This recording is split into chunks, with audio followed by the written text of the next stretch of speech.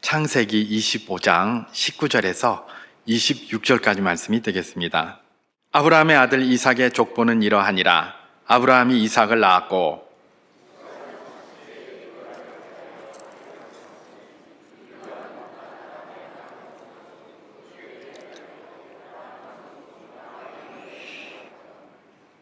이삭이 그의 아내가 임신하지 못하므로 그를 위하여 여호와께 간구하매 여호와께서 그의 간구를 들으셨으므로 그의 아내 리브가가 임신하였더니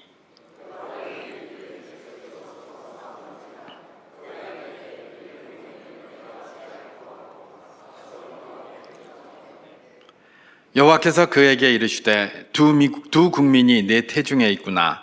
두 민족이 내 복중에서부터 나누이리라. 이 족속이 저 족속보다 강하겠고 큰 자가 어린 자를 섬기리라 하셨더라.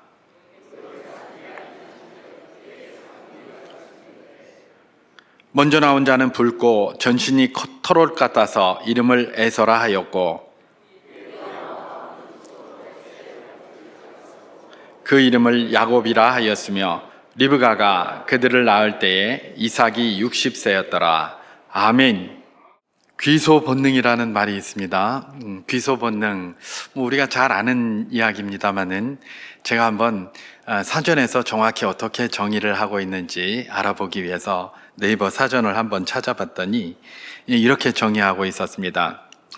동물이 자기 서식처나 둥지로 되돌아오려는 성질이나 능력, 꿀벌, 개미, 비둘기, 제비 따위에서 현저히 나타난다라고 그렇게 기록하고 있었습니다.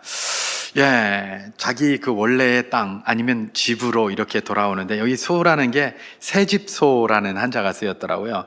이렇게 내천변 밑에 이 실과과 과실과자가 쓰였는데 새집, 뉴하우스가 아니라 새, 버드의 집을 말하는 겁니다. 그래서 그 새가 집을 아마 이렇게 냇가에 열매가 많이 있는 그런 곳에다 집을 짓는지 그게 새집소라고 이렇게 쓰여져 있는데 뭡니까? 새가 자기 새집으로 자기 집으로 돌아오는 그런 본능을 귀소 본능이다 뭐 이렇게 표현하는 것 같습니다. 여기 나온 동물들을 가만히 보니까 진짜 뭔가 돌아가는 그런 습성이 있는 것 같아요.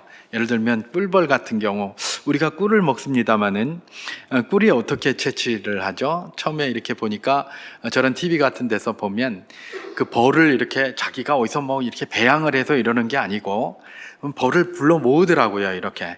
근데 불러 모으는 방식이 벌통에다가 꿀을 발라놓거나 아니면 설탕물 같은 거, 뭐 단 거를 갖다 이렇게 놓으면 이게 벌들이 이렇게 좀 와서 거기 모이게 되고 그러면서 통이 이렇게 가득 차더군요. 그렇게 해가지고 나중에 꿀을 갖다 모으면 사람이 그것을 긁어서 이제 오늘 우리가 먹는 그런 꿀이 되는 것을 보았습니다.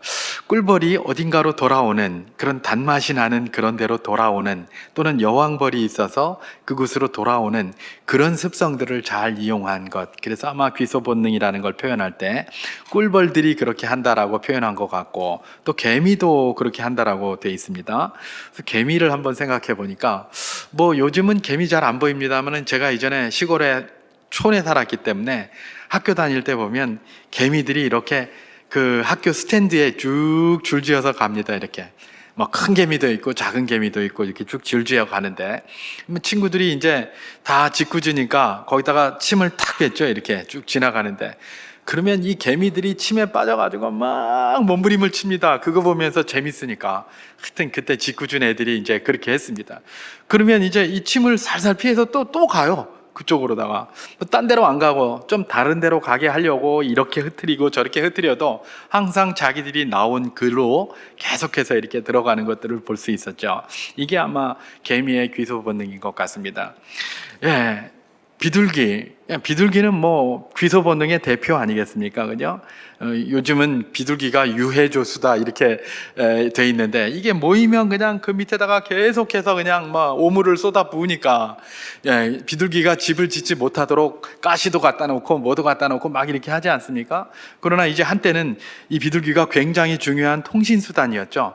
귀소 본능을 이용을 해서 비둘기 다리에다가 이렇게 전달할 그 소식들을 묶어가지고 놓으면 자기 원래 있던 그 집을 향해서 쭉 날아가는 그런 본능들을 그들이 가지고 있으니까 그걸 가지고 서로 이렇게 소식을 나누고 했던 것들을 볼 수가 있습니다. 그것도 귀소 본능이에요. 제비도 귀소 본능이 있죠. 그래서 이전에 우리 그 동요가 그런 게 있었지 않습니까? 강남 갔던 제비가 돌아오면은 이 땅에 또 다시 봄이 온다네 아리랑 아리랑 뭐 이러는 노래가 있었습니다. 그죠? 들어보셨죠? 예, 제비가 강남을 가요. 예, 봄에 와가지고 알 낳고 딱 이렇게 한 다음에 나중에 겨울이 시작이 되면 예, 이렇게 가을이 되면 강남으로 쭉 갑니다. 강남이 어디입니까? 예, 친구 따라 가는 곳인데 저 양쯔강 밑에 그쪽이 강남이라고 합니다. 그쪽에 갔다가 날이 따뜻하니까 거기 갔다가 또 추위가 지나고 봄이 되면 또 돌아와요. 다 귀소 본능이죠. 그래서 아마도 귀소라고 할 때 새집소라는 말이 아마 그런 의미에서 그렇게 쓰인 것 같습니다. 예, 그런데 사실 이 귀소 본능 그러면 이 네이버 사전에서 나열한 이 동물뿐만 아니라 정말 중요한 동물이 하나 있죠. 그게 뭐냐면 물고기 가운데 회유어들입니다. 그죠? 회유어. 연어가 뭐 대표적인 것 아니겠습니까? 연어들 그거 TV에 나오는 거 보면 정말 장관이잖아요. 그죠? 수십만 마리가 그냥 떼를 지어서 샥 옵니다. 그리고 그냥 그 물살을 헤치고 그 상류까지 올라와요. 그 상류가 뭐 하는 데죠? 자기가 태어난 자리예요. 그죠? 자기가 태어난 그 자리 그 상류까지 그 많은 물고기 떼가 쫙 몰려서 이제 거기까지 그렇게 올라오는데 올라오는 길이 쉬운 길이 아닙니다. 굉장히 많이 위험하고 올라오다가 죽기도 하고 온몸이 만신창이가 되고 또 곰에게 잡혀먹고 또 낚시하는 사람들 저 낚시 좋아하는데 저 같은 사람들한테 잡혀가지고 예 이렇게 포도 뜨이고 뭐 이러면서도 그냥 거기까지 계속 올라오는 겁니다. 계속 올라와 가지고 거기에서 뭐를 합니까? 예, 알을 낳죠. 알을 낳고 나서 삽니까? 예, 사는 것도 있다고 그래요. 근데 대부분 다 기진맥진해서 거기서 다 죽어가는 것이죠. 죽고 마는 겁니다.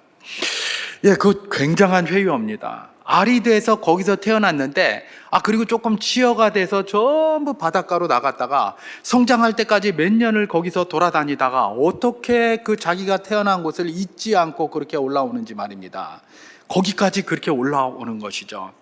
여러분 제가 회유어가 여기 빠진 게 조금 안타깝다고 생각하는 것 중에 하나가 사실은 다른 것도 귀소 본능을 이렇게 가지고 있지만 회유어 이 연어 같은 그런 귀소 본능이 아닙니다. 다른 거는 다 물론 새끼도 낳고 뭐 알도 낳고 그러기 위해서 올라오지만 다 자기가 살기 위해서 올라가요. 그죠? 제비가 뭐 죽으려고 오는 거 아니잖아요. 그죠? 왔다가 갔다가 왔다리 갔다리 이렇게 하잖아요. 비둘기도 죽으려고 오는 거 아닙니다. 자기 이렇게 하고 또 거기서 태어났다고 하더라도 또 딴 데 가서 둥지 틀고 그러잖아요. 자기 고자리만 하는 게 아니고 자기가 살려고 그래요. 그런데 이 회유어는 뭡니까? 이 연어 같은 것들은 딱 한 가지 목적으로만 오는 겁니다. 자기 살려고 오는 게 아니에요. 딱 한 가지 목적이 있어요. 그 한 가지 목적이 뭡니까? 후대를 낳아서 거기다가 전파하려고 자기들의 DNA를 전파하려고 하는 그 한 가지 목적밖에 없어요. 그렇지 않으면 자기 살 것 같으면 그렇게 옵니까? 아무데나 대충 가가지고 이렇게 해도 되죠. 근데 딱 목적은 하나예요. 자기 후대에게 자기 DNA를 전파하는 거예요. 무슨 DNA를 전파할까요? 네 본향이 어디냐? 그 DNA를 전파하는 거예요. 네가 태어난 그곳이 어디냐? 네가 태어난 그곳이 어디냐? 그곳이 여기다라고 딱 본향을 정해줘요. 그러면 그 연어의 후손들은 뭡니까? 모든 이가 다 거기가 다 고향이에요. 그죠? 모든 연어들이 다 거기가 고향 아니겠습니까? 자기가 태어난 그곳이 그 연어들의 고향이에요. 조상 대대로 그곳이 고향이 되는 것이죠. 여러분 제가 왜 오늘 귀소 본능을 이야기를 하면서 메시지를 시작하느냐, 이게 택한 자들의 삶의 모습을 굉장히 많이 보여주고 있기 때문에 그렇다는 것입니다. 여러분 택한 자들의 본향이 있습니다. 택한 자들의 본향이 어딜까요? 예, 하나님의 나라 천국 아닙니까? 그죠? 우리는 갈 본향이 있는 사람들입니다. 우리가 이 땅에 살 동안은 고향이 다 다릅니다. 저는 경기도 파주고 여러분들은 각각의 뭐 여러 이런 고향을 가지고 이렇게 있을 것입니다. 근데 우리가 돌아갈 고향은 한 곳입니다. 그래서 우리는 모두가 다 동향인이고 동향인이 되어야 하고 동향인입니다. 그래서 그걸 마음속에 늘 새기고 그 DNA를 계속해서 전파하는 겁니다.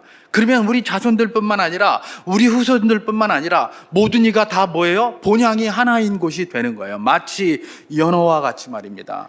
회유어와 같이 말입니다. 본향이 하나가 되는 것, 이것은 굉장히 중요한 건데 이걸 연어가 보여주고 있고, 오늘 우리는 특별히 택함 받은 자로서 그 연어들의 모습을 통하여 도전을 받아야 된다는 것입니다.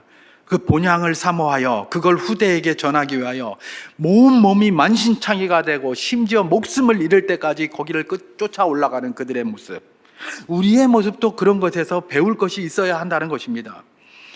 우리도 우리의 본향에 대한 DNA를 전파함에 있어서 그런 연어들처럼 온 몸에 상처가 입히고 심지어 죽음을 당한다 하더라도 그 길을 따라 올라가고 그걸 전해야 된다는 겁니다.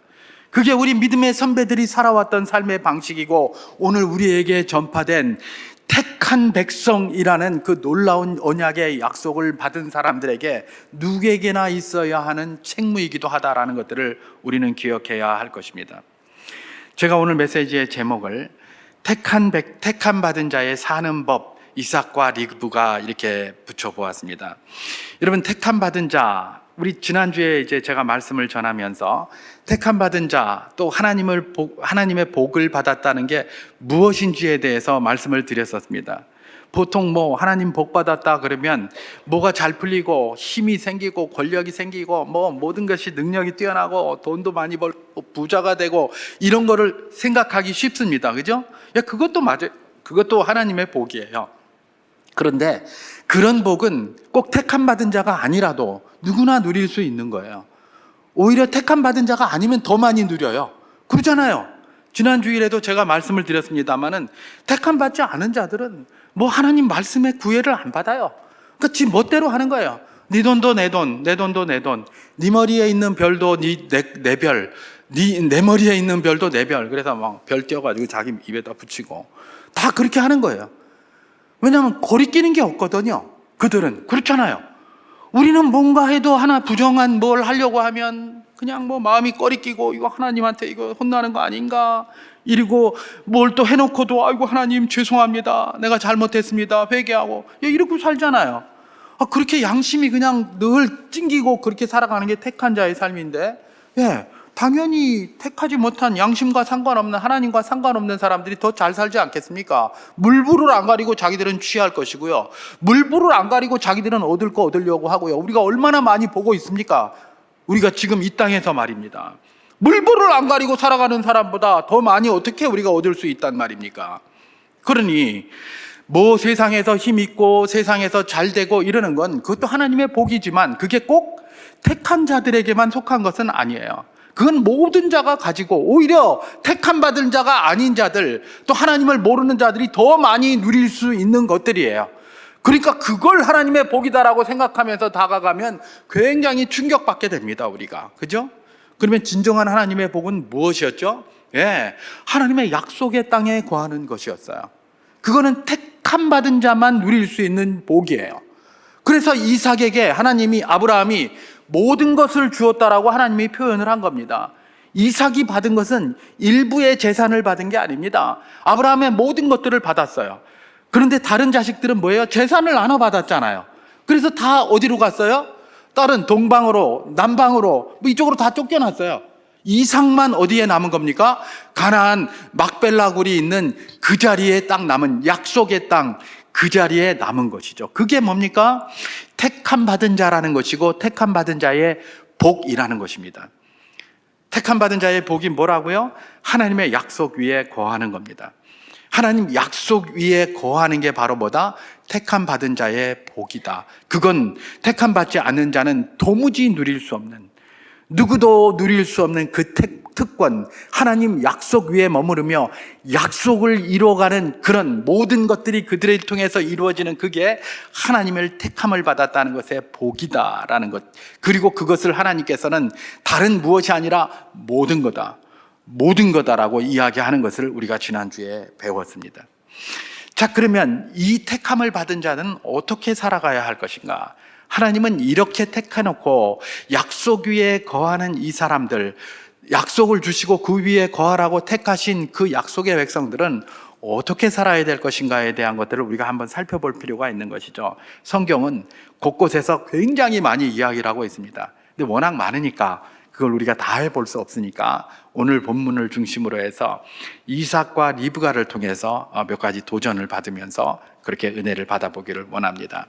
이삭과 리브가 택함을 받은 자들이 분명합니다. 이들이 어떻게 살았는가 그걸 한번 살펴보기를 원하는데요. 그 중에 중요한 한 가지가 있는데 이삭과 리브가는 언약을 받아서 언약의 땅에 거하면서 언약 위에 있는 사람이었을 뿐만 아니라 그 언약을 계승하는 사람들이었습니다. 우리가 언약 위에 있다는 것은 언약의 위에서 내가 그 언약을 누릴 뿐만 아니라 그 언약을 후대에 계승해야 될 책임이 누구에게 있다는 겁니까? 언약에 거하는 자에게 있다는 겁니다. 이삭과 리브가는 이걸 너무나 잘했습니다. 너무나 잘했어요. 그 증거를 우리가 성경을 통해서 한번 찾아보기를 원하는데요. 이삭과 리브가가 언약의 계승자로 어떻게 살았는지를 극명하게 보여주는 것이 성경에 등장합니다. 창세기 21장 12절 말씀을 제가 한번 봉독해 보도록 하겠습니다. 하나님이 아브라함에게 이르시되 내 아이나 내 여종으로 말미암아 근심하지 말고 사라가 내게 이른 말을 다 들으라. 이삭에게서 나는 자라야 내 씨라 부를 것임이니라. 이렇게 이야기를 했습니다. 자, 이 말씀이 이게 무슨 의미냐? 이거 배경을 좀 알아야 합니다. 아브라함이 하나님께서 갈대아 우르에서 아브라함을 부르시면서 내가 너를 친척과 네 가족과 동족과 그 땅을 떠나서 내가 지시할 땅으로 가면 내 자손을 뭐 하늘의 별과 같이 땅의 모래와 같이 해주겠다. 그 다음에 내게 땅을 주겠다. 뭐 이러면서 복의 근원이 되게 하겠다. 이런 약속을 해서 불러내셨어요. 그런데 하나님이 75세에 나온 아브라함에게 10년이 다 되도록 아들 하나 주시지 않는 겁니다. 사라는 10살 적으니까 지금 65세에 나와가지고 75세 다 돼가는데, 사라도 이미 경수도 다 끊어졌는데, 그리고 또 아브라함도 나이가 들어가고 있는데 아이를 10년 넘도록 아무도 안 주세요. 얘 준다고 약속해 주셨고 내가 그 약속을 붙들고 약속에 거하는 자가 되어서 살아가려고 하는데 약속해 주신 걸 하나도 안 이루어지니까 그러니까 아브라함이 좀 짜증이 났던 것 같아요. 그러니까 아무도 안 주시면 내 기르는 저 엘리에셀 저 충식스러운 저 종을 삼고 말지 그러고 있는데 하나님이 나타나서 나는 너의 기업이요 상급이다 이렇게 얘기를 하세요. 그러니까 아브라함이 뭐라고 얘기합니까? 이거 내가 그걸 어떻게 합니까? 그랬더니 나는 그냥 하나님이 내게 아들을 주시지 아니하셨으니 내가 집에서 기르는 종 저 엘리에셀이 내 상속자가 될 겁니다 이렇게 얘기를 해요. 그러니까 하나님 뭐라고 얘기를 합니까? 아니다. 엘리에셀이 아니라 네 몸에서 날 자가 너의 상속자가 되리라 그랬습니다. 그래서 그런가? 그리고 집에 갔어요. 집에 갔는데 갑자기 자기 부인이 그러는 겁니다. 내 여종 하갈에게로 들어가라. 그래가지고 그에게서 아들을 낳아라. 이렇게 한 거예요. 그러니까 아브라함이 생각할 때는 네 몸에서 낳은 자가 네 후사가 되리라 그랬으니까 그러면 하갈에게서 낳아도 내 아들이니까 그렇게 해서 하면 되겠구나. 그래서 아들을 하나 얻었어요. 아브라함 몇 살이에요? 86세에. 그 눈에도 너도 안 아픈 그 아들을 데리고 그냥 86세에 그냥 그렇게 해가지고 했으니 얼마나 기쁘겠습니까? 그렇게 이제 아브라함이 이삭과 함께 그냥 상다리 썩는 줄 모르면서 그리고 즐겁게 살아갔었어요. 그러다가 아브라함이 99세가 됐습니다. 그러니까 이제 이스마엘은 이때쯤에서 몇 살 됩니까? 한 14살 이렇게 됐겠죠. 그죠? 99세가 이렇게 딱 됐는데 그때 갑자기 또 하나님이 사자를 보내셔서 뭐라고 얘기를 하냐면 내년 이맘때 내가 너한테 아들을 주겠다 또 이러는 거예요. 그러니까 이게 지금 자기는 100살이고 자기 아내는 90살인데 이게 아들을 주겠다고 하니까 말입니다. 고개 갸우뚱하면서 하나님께 그렇게 얘기를 하죠. 아브라함이 뭐라고 얘기를 합니까? 그냥 이스마엘이나 내 앞에 있기를 원합니다. 그냥 안 주셔도 됩니다. 이스마엘이나 내 앞에 있으면 그에게 후사를 정해서 그에게 모든 걸 물려주면 되지 않습니까? 그랬어요. 그랬는데 하나님이 뭐라고 얘기를 합니까? 이스마엘이 네 후사가 아니라 사라에게서 날 자가 내 후사다 이렇게 얘기를 해요. 그러더니 정말 그걸 듣고 사라는 픽픽 웃고 그랬는데 1년 후에 보니까 아들을 딱 낳았어요, 사라가. 그래서 하나님이 뭐라고 그 이름을 지었습니까? 그 아들을 픽픽 웃었다고 해서 이삭이라고 그렇게 지었어요. 영어 이름으로 부르면 아이작 이렇게 부른 거죠. 아이작 불렀어요. 픽픽 웃었단 말이에요. 그런데 이제 그렇게 아들이 낳고 나니까 이 사라가 여주인 아닙니까? 여러분, 누가 이삭에게 가까이 하겠습니까? 90세가 나서 그야말로 눈에 넣어도 안 아픈, 아브라함의 눈에도 넣어도 안 아픈 그 아들은 사라의 눈에는 거슬려요. 그러나 이 이삭은 사라의 눈에도 넣어도 안 아픈 그런 거예요. 근데 사라가 굉장히 세잖아요. 아브라함보다 사라가 훨씬 셉니다. 성경 가만히 보세요. 사라가 굉장한 여인이에요. 이렇게 이삭을 갖다가 애지중지하면서 그냥 옆에 근처에 접근도 못하게 만드는데, 이 이삭이 태어났을 때 이스마엘이 14살이잖아요. 근데 이제 이삭이 조금 아장아장 걸을 때쯤 되니까 이제 이 이스마엘은 청소년이라는 거죠. 그죠? 그런데 이스마엘이 그때쯤 이제 이렇게 머리에 여러 가지 생각도 있고 하면서 가만히 보니까 내가 아브라함의 아들이고 아버지가 똑같고 아버지가 저렇게 저기인데 저 조그만 게 자기보다 더 많이 누린단 말이에요. 그 기분 안 좋잖아요. 이건 애기니까. 그러니까 어떻게 합니까? 성경에서는 놀리는지라, 어린 이삭을 놀리는지라 이렇게 돼 있지만 우리가 생각할 때 얼마든지 그렇게 생각할 수 있죠. 이스마엘이 이게 뭐라고 그러면서 한 바퀴 줘봤고 아마 이랬던 것 같아요. 그걸 누가 본 겁니까? 사라가 본 겁니다. 사라가. 그러면서 화가 나가지고 아브라함한테 남편 이리 와! 탁 불렀어요. 당장 저 하갈하고 저 놈을 쫓아보내! 내쫓아! 막 이랬어요.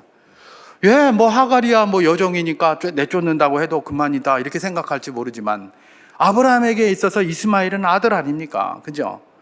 지난 14년 동안 눈에 넣어도 안 아프게 그렇게 하면서 상다리 썩는 줄 모르고 그들과 함께, 그 아들과 함께 즐겁게 살았는데 갑자기 사라가 내쫓으라 그러니까 안 내쫓을 수도 없고, 안 내쫓았다가는 사라한테 사라로 한 대 맞을 것 같으니까 어떻게 할 수도 없고 굉장히 괴로운 겁니다. 그래서 계속해서 괴로워하고 있는데 하나님께서 뭐라고 이야기를 합니까? 아브라함에게 이르시되 내 여종으로 말미암아 두려워하지 말고 근심하지 말고 사라가 내게 이른 말을 다 들으라. 사라 말대로 해라. 사라 말대로 하라 이런 얘기입니다.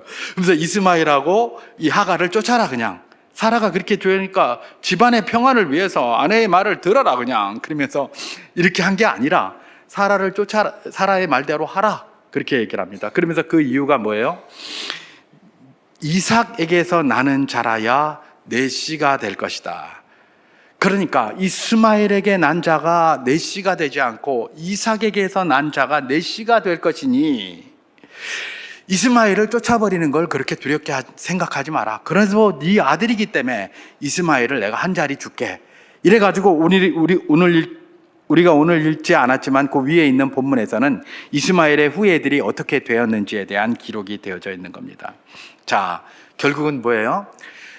이삭에서 난 자가 내 후손이요 내 후계자로서 내 씨가 되리라 라고 이렇게 기록을 한 것입니다. 그죠? 근데 이 말씀을 누가 인용을 하고 있습니까? 2000년 후에 이 말씀을 인용한 사람이 있습니다. 로마서 9장 6절에서 7절 말씀을 제가 한번 봉독해 보도록 하겠습니다. 그러나 하나님의 말씀이 폐하여진 것 같지 않도다. 이스라엘에게서 난 그들이 다 이스라엘이 아니요 또한 아브라함의 씨가 다 그의 자녀가 아니라 오직 이삭으로부터 난 자라야 내 씨라 불리리라 하셨으니 이렇게 되어 있습니다. 창세기 뭡니까? 로마서를 쓰면서 이 사도 바울이 어디를 인용하고 있는 겁니까? 바로 창세기 이 말씀을 인용하고 있는 겁니다. 창세기 21장 12절 말씀을 그대로 인용해서 여기다 기록을 하고 있는 것이죠. 여러분, 이삭에게서 난 자라야 내 씨가 되리라라는 하나님의 이 언약, 이 약속의 말씀이 지금 로마서를 통해서 사도 바울에게까지 전해졌단 말입니다. 여러분 한번 생각해 보십시오. 사도 바울은 자기가 하나님한테 뭘 받아서 쓴 게 아닙니다. 이 내용을 어디서 보고 안 겁니까? 창세기의 기록을 보고, 성경인 창세기의 기록을 보고 그 창세기를 인용한 겁니다. 그죠? 창세기는 누가 썼습니까? 모세가 썼습니다. 그죠? 맞습니까? 무새가 썼습니까? 모세가 썼죠. 모세가 창세기를 썼어요. 그러면 한번 생각해 보십시오. 아브라함하고 모세하고의 사이에는 약 600년 정도의 차이가 납니다. 창세 그 전에 아담하고는 굉장히 차이가 많이 나고요. 아브라함하고 모세만 하더라도 그 차이가 600년 정도 납니다. 그런데 어떻게 모세가 아브라함과 이삭 이런 이야기를 다 기록해서 모세 오경에 남길 수 있었을까? 그 전에 뭔가 써놓은 책이 있었을까? 만약에 책이 있었다면 창세기가 모세 오경이 되지 않겠죠? 창세기보다 더 이전에 책이 남아서 우리에게 성경으로 있었을 것입니다. 근데 창세기가 시작되는 성경이에요. 그러면 그런 글이 남아있지를 않다는 것이죠. 그러면 그걸 모세가 어떻게 알았을까요? 600년 전에 있었던 이야기를요. 다 구전으로 전해 들은 거겠죠. 조상들이 말로다가 다 전해준 거예요. 말로다 전해준 걸 듣고 모세가 나중에 성령의 감동으로 창세기를 기록한 겁니다. 그게 우리가 가지고 있는 모세 오경 중에 창세기에 해당되는 겁니다. 다시 말해서 조상들이 구전으로 그 사실을, 그 약속을 전해주지 않았다면, 후대에게 전해주지 않았다면 있을 수 없는 일이 바로 그런 일이라는 것입니다. 오늘 우리가 가지고 있는 이 성경, 믿음의 조상들이 이 앞에서부터 아브라함 때부터 그 전에도 있지만 아브라함만 기준으로 한다고 하더라도 그들이 입으로 신실하게 전해 주었기 때문에 모세가 기록을 하게 되었고 그 기록한 것이 오늘 우리의 손에까지 왔다는 겁니다. 맞습니까? 맞습니다. 맞습니다. 그들이 신실하게 전해 줬어요. 여러분, 이삭이, 리브가가 신실하게 하나님의 약속을 전해 주었어요. 그래서 말입니다. 그 증거를 한번 찾아보기를 원하는데 창세기 49장에 보면 야곱이 나옵니다. 이삭과 리브가의 아들이 누구죠? 에서와 야곱인데 에서는 그냥 떠나버렸어요. 누가만 남았죠? 야곱이 후계자로 남았어요. 그 후계자에게 너무나 잘 전한 거예요. 품에 안고 리브가가 가르쳤고 이삭은 좀 뒤에 보면 좀 어리석었지만 보면 조금 어리석고 그랬지만 이삭도 가르치고 열심히 그 하나님의 약속을 야곱에게 가르쳤어요. 야곱에게 가르친 증거가 어디 있냐면 창세기 49장에 나와요. 창세기 49장에 보면 이런 내용이 나옵니다. 거기 요셉이 총리가 돼 있고 굉장한 권세를 누렸잖아요. 그래서 거기에 가 있게 돼요. 누가요? 야곱이. 자기 가족들과 함께 애굽에 가서 지금 떵떵거리고 살고 있습니다. 그래서 49장에 보면 루벤부터 시작해서 그 아들들에 대해서 이 야곱이 다 축복을 합니다. 다 축복을 한 다음에 뭐라고 요셉에게 부탁을 하느냐? 너는 내가 죽으면 이 애굽에 놔두지 말고 내 조상들이 있는 가나안의 막벨라 굴에 나를 묻어라. 이렇게 얘기합니다. 아까 이삭이 받은 게 뭐라고요? 막벨라 굴을 받았다고 했습니다. 그리고 그게 아브라함에게 받은 모든 것이라고 했습니다. 그걸 갖다가 그대로 이 야곱에게 잘 전수한 겁니다. 그러니까 애굽에서 떵떵거리며 살고 거기서 고관 대작가 같이 살면서도 나의 마음은 항상 어디가 있는 겁니까? 야곱의 마음은 막벨라 굴에 가 있는 겁니다. 내가 죽으면 막벨라 굴에 가서 나를 묻어달라. 거기 우리 조상들이 묻어져 있는 곳, 그곳에 가서 나를 묻어달라. 이래서 요셉이 그 아버지의 유언을 붙들고 자기들이 70일 동안 충분히 그렇게 조의를 표한 다음에 대군을 이끌고 가나안으로 들어갑니다. 가나안 사람들이 얼마나 깜짝 놀랐겠습니까? 애굽 군대가 그냥 막 우르르 올라오니까 말입니다. 뭘 들고 올라왔어요? 야곱의 시체를 들고 막벨라 굴에 묻기 위해서 온 겁니다.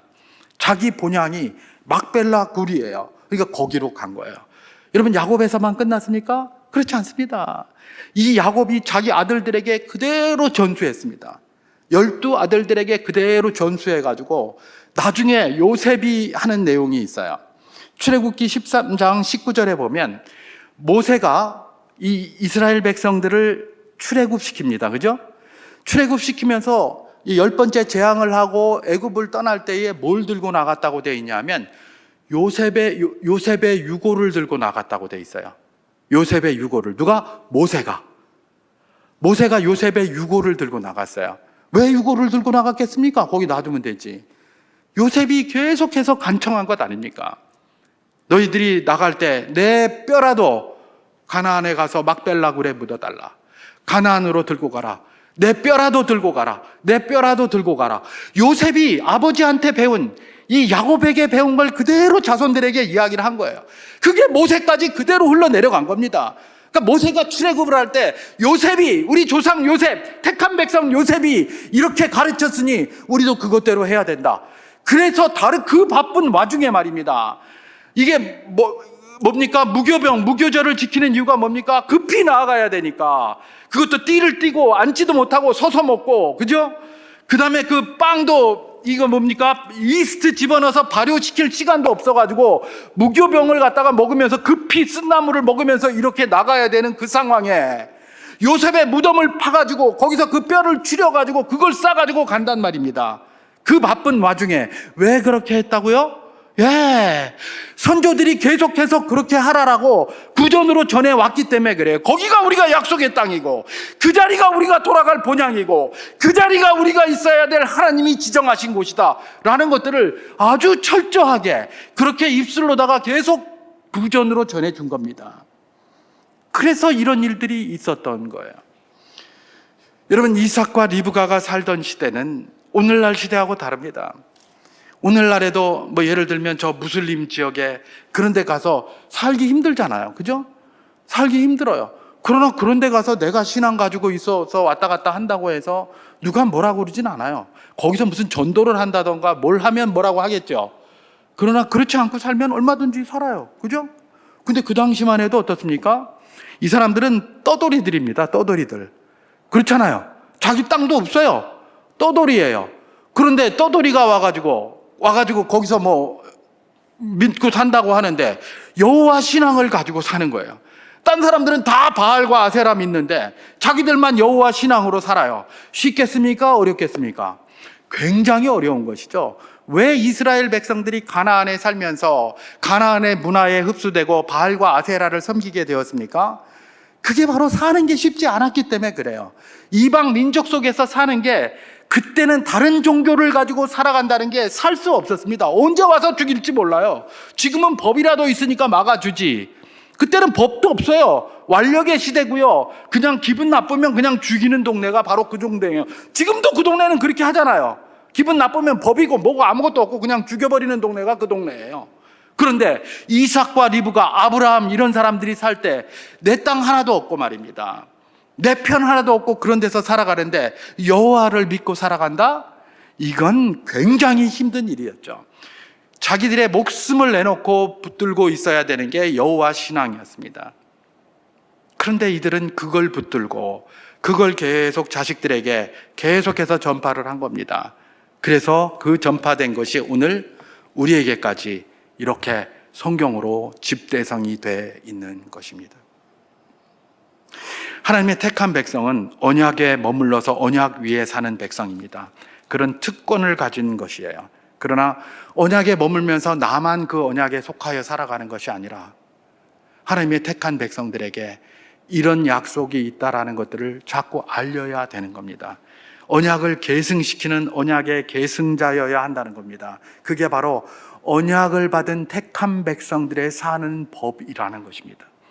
이삭과 리브가가 보여주는 게 바로 그런 모습입니다. 오늘날 우리에게도 이 용어는 전도라는 용어로 정착이 되어져 있습니다. 너희가 때를 얻든지 못 얻든지 말씀을 전하라, 이렇게 얘기를 했습니다.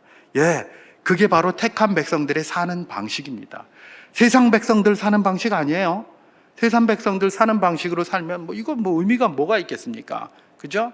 그러나 우리가 택한 백성입니까? 그러면 하나님이 사는 방식으로 우리에게 주신 게 있어요. 너희는 언약을 누리는 자, 언약 아래에서 복을 받는 자일 뿐만 아니라 언약의 계승자여야 한다라는 것입니다. 그래서 그 언약을 계승하는 삶이 우리에게 주어진 것이고, 그것이 바로 전도라는 표현으로 다양하게 이렇게 펼쳐져 가고 있는 것입니다. 여러분, 우리가 언약의 계승자인 줄 믿으시기 바랍니다. 저 미물이라고 이야기하는 연어도 자기의 그 DNA를 후대에게 전파하고 그야말로 자기의 본향이 어딘지를 알려주기 위하여 그 몸부림을 치면서 온몸에 상처를 받으면서 올라갔다가 심지어 죽기까지 하는데, 만물의 영장이라고 자부하는 인생들, 그것도 하나님이 택했다고 하는데 그 언약에 대한, 언약의 계승자로서의 그런 사명에 대한 그런 마음이 희미하다? 게으른 자여 개미에게서 가서 배우라 라는 말씀처럼 언약의 계승자라는 사명을 잃은 자여 연어에게 가서 배우라. 우리 주님께서 그렇게 말씀하시지 않을까, 그런 생각이 좀 드는 겁니다. 우리가 언약의 계승자라는 그 정체성을 조금도 잊지 마시기를 주님의 이름으로 축원합니다. 가깝게는 내 자식들에게, 또 주변의 이웃들에게, 또 멀리는 또 다른 데 있는 사람들에게, 또는 기도와 중보로 그렇게 하는 겁니다. 자식이라도 택했는지 택함 받지 못했는지 우리 알 수 없습니다. 하나님만 압니다. 그러나 때를 얻든지 못 얻든지 이 자식이 다 하나님이 택한 백성이라고 믿고 그렇게 그들에게 전하는 겁니다. 그러면 열매 맺게 하시는 분은 누굽니까? 하나님이십니다. 아이고, 내가 아무리 얘기해도 저거 말 안 듣는데요. 때가 있습니다. 때가 있어요. 그러면 그때 가서 또 받고, 막 처음에는 저항하고 막 그러다가, 그때가 이르면 또 하나님께서 그를 다시 돌아와서 우리 눈에 보이게 만들어 주신다니까요. 그러니까 때를 얻든 못 얻든 상관없이 우리는 증거해야 될 책임이 우리에게 있다는 것만 알고 그 언약의 계승자로서의 책임을 충실하게 담당해 나가는 겁니다. 그게 바로 이 이삭과 리브가를 통해서 우리가 받을 수 있는 도전이라는 것입니다. 한 가지만 더 생각해 보면 이삭과 리브가는 언약의 계승자로서 충실히 이렇게 움직였을 뿐만 아니라 그들은 여전히 기도하는 자였다는 겁니다. 우리가 너무나 잘 아는 것처럼, 그리고 또 너무나 많이 이야기하는 것처럼 기도하지 않으면 언약의 계승자의 자리에 서기가 굉장히 힘듭니다. 언약 위에 서는 것조차도 힘들 수 있습니다. 계승은 고사하고. 그렇잖아요. 하나님의 약속 위에 서는 건데 그 약속 위에 서는 게 우리가 살아보지만 쉬운 건 아니에요. 그죠? 그런데 기도하지 않습니까? 언약에 서는 것도 쉽지 않은데, 그래서 그 복을 누리는 것도 쉽지 않은데 어떻게 언약의 계승자의 자리에 서겠습니까? 그러니까 기도해야 하는 겁니다. 여러분, 여기 이 이삭과 이 리브가를 보십시오. 틈만 나면 기도하는 분들이 바로 이분들이었음을 알 수 있는데요. 오늘 보면 창세기 25장 20절에서 21절까지 말씀을 제가 한번 봉독해 보도록 하겠습니다. 이삭은 40세에 리브가를 맞이하여 아내를 삼았으니 리브가는 밧단 아람의 아람 족속 중 부두엘의 딸이요 아람 족속 중 라반의 누이였더라. 이삭이 그의 아내가 임신하지 못하므로 그를 위하여 여호와께 간구하며 여호와께서 그의 간구를 들으셨으므로 그의 아내 리브가가 임신하였더니, 이렇게 기록합니다. 이삭이 40세에 리브가와 결혼했다고 합니다. 이삭 참 보면 뒤에도 나오지만 우물만 파고 뭐 팠다 묻었다 한다 그러고 이제 많은 분들이 그런 이야기를 많이 하셨는데 좀 우유부단해 보이고 또 마마보이 같아요. 마마보이. 그래서 어머니가 사라가 지 37에 돌아가셨는데 슬픔에 빠져서 그냥 이러고 있었던 사람이 이삭이에요. 그런데 리브가를 아내로 맞고 나서 그때서야 비로소 위로를 얻었더라. 성경이 그렇게 표현합니다. 이삭이 리브가를 아내로 맞은 후에, 어머니가 돌아가신 후에 비로소 위로를 얻었더라. 그러니까 결혼하기 전에는 위로를 못 얻었다는 건 아닙니까? 그러니까 엄마의 치마폭에서 마마보이 같이 사는 거예요. 그게 이삭이에요. 이삭. 그런데 리브가하고 결혼을 딱 하면서 리브가를 통해서 이제 어머니하고의 그런 것들을 이제 위로를 얻고 이제 진정한 어른으로 이렇게 서게 된 것이죠. 근데 그때가 나이가 몇 살이에요? 40살이에요. 그런데 이제 나중에 쌍둥이를 낳게 됩니다. 그때가 몇 살이라고 오늘 성경이 기록합니까? 60세라고 기록합니다. 지금 20년 만에 낳았어요. 20년 만에. 40세에 낳아서 그때 바로 이렇게 아기를 또 낳고 자손을 낳아도 시원치 않은데 60세까지 아무런 응답이 없었던 겁니다. 여러분, 우리가 창세기 22장을 한번 기억해 볼 필요가 있습니다. 창세기 22장에 하나님께서 아브라함에게 내 독자 이삭을 나에게 번제로 바치라 이렇게 얘기하셨습니다. 그때 아브라함이 독자 이삭을 데리고 모리아 산으로 올라갑니다. 혹시 방해가 될까봐 옆에 하인들도 안 데리고 이삭만 데리고 올라가잖아요. 그때 이삭의 나이가 대충 한 20살쯤 됐을 때입니다. 20살쯤. 예, 이삭이 20살이면 아브라함은 120세죠. 힘은 누가 더 세겠습니까? 당연히 이삭이 세겠죠. 20살짜리가. 그죠? 그런데 아버지가 번제로 잡겠다고 칼을 들고 막 이러고 있는데도 그냥 가만히 있습니다. 이게 이삭이에요. 참 이삭 보면 참 웃음이 그냥 나옵니다. 그 이름처럼. 예, 웃음이 나와요. 그런데 이 이삭이 거기에서 아버지가 칼을 들고 이럴 때 얼마나 놀랐겠습니까? 그런데 그 뒤에 여호와 이레를 체험하게 되고 하나님이 말씀하시는 소리를 다 듣고 그 광경이 평생 잊혀지지 않았을 겁니다. 아브라함에게도 그 광경은 굉장한 광경이었지만 이삭에게도 평생 잊을 수 없는 그런 광경이 분명해요. 그렇지 않습니까? 그때 하나님께서 아브라함에게 뭐라고 이야기를 하셨냐면 이렇게 이야기하셨습니다. 창세기 22장 17절을 제가 한번 봉독해 보도록 하겠습니다. 내가 내게 큰 복을 주고 내 씨가 크게 번성하여 하늘의 별과 같고 바닷가의 모래와 같게 하리니 내 씨가 그 대적의 성문을 차지하리라 이랬습니다. 여기서 내 씨가 누구겠습니까? 기본적으로 이삭이잖아요. 그러니까 이삭은 그 옆에서 하나님이 아브라함에게 축복하는 거를 딱 들었어요. 그것도 몇 살에요? 20살에 들었어요. 20살에. 다 알만한 나이에 그걸 들었단 말입니다. 그러면 내 후손은 창대하게 많아지고 대적의 성문을 얻을 정도로 굉장히 많아지겠다. 이렇게 생각하는 게 정상 아닙니까? 그죠?